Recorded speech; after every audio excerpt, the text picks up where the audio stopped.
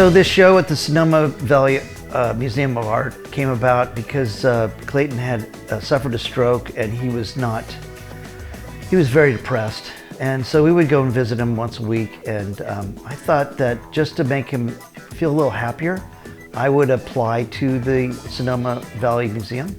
And they had said yes. It was great, a two-person show in 2020.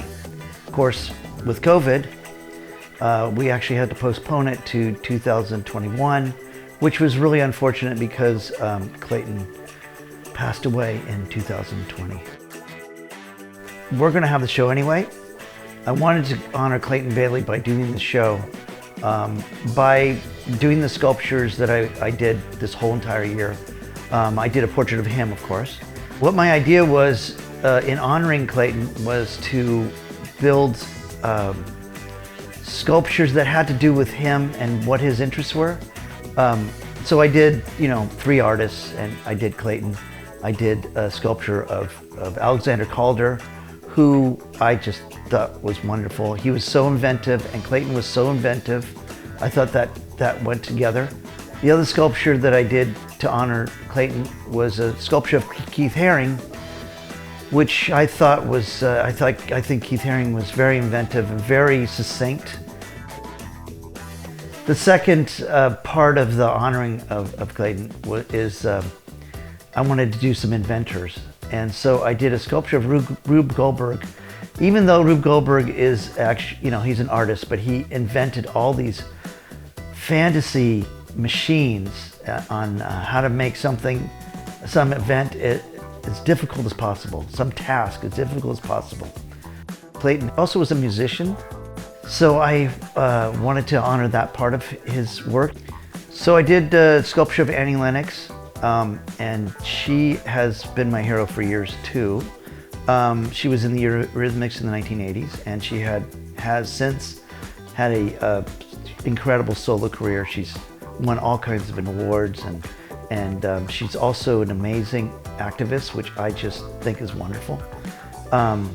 She has a organization called The Circle, and the neon circle represents that.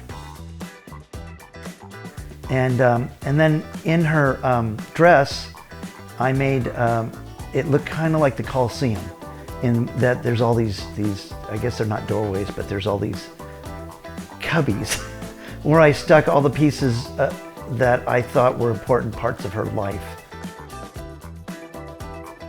I did the sculpture of Clayton, and I decided to, of course, put him in a pith helmet because his alter ego, it was named Dr. Gladstone, and Dr. Gladstone was an archaeologist who dug up all kinds of bones, Bigfoot bones, Cyclops bones. He was amazing. So he's got a pith helmet on, he's got a bone that he dug up, and his body is made up of a big boiler because he also did a lot of robots that he built from different objects, like coolers and ovens and all kinds of different things. And so I thought a boiler would be great because, he was such a wonderful guy, very warm, like a boiler would. Like a boiler would be, warm-hearted, that is, and funnier in hell. So I got this. I've got a picture of a boiler, and I made that. And then I also have the door open at his chest, and I found this light bulb online that flickers like a candle would, and so I put that in there, and it looks like the boiler is hot. And then what I did is it just didn't seem like it was going to be tall enough. So what I did is I made a flying saucer underneath him, and I thought, how can I make this flying saucer more interesting? So I covered it with these little marbles, the little flattened marbles, and that didn't do much. So I had my friend Tim Laser blow some glass cups, and so I put those in the windows and covered those with more flattened marbles, and then I found online these little disco balls and put those in the windows of the flying saucer. Now Clayton loved flying saucers, loved ray guns, loved that whole thing. So then I had someone make me a base like kind of a flying saucer base might be. He also collected a ton of ray guns. I mean, he had bunches of them. So I have ray gun in his hand with a little zap on the end of it. So these pieces I'm very happy with. I feel like I made another step in a direction that I wanted to be. In the past, I haven't really been very happy with a lot of my work. And these, I'm pretty happy with all of them, which is really amazing. I think the big step is that I've actually honed more in on the people's lives and their personalities. The other pieces, I sort of just made sculptures of them. And these, I think, are talking more about them and their lives. So it's a little more compact about the person.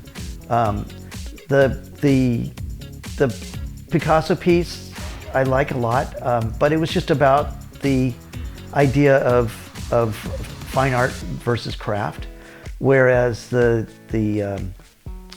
Annie Lennox piece really has to do with her and her activism and her being a mother and being just an amazing person all around. The same thing with the Rube Goldberg piece. Each piece is about his life. And I really like that idea of trying to, show people, not just on the surface, this is a portrait of them. And I wanted to say, this is a portrait of them and the things they've done and who they are.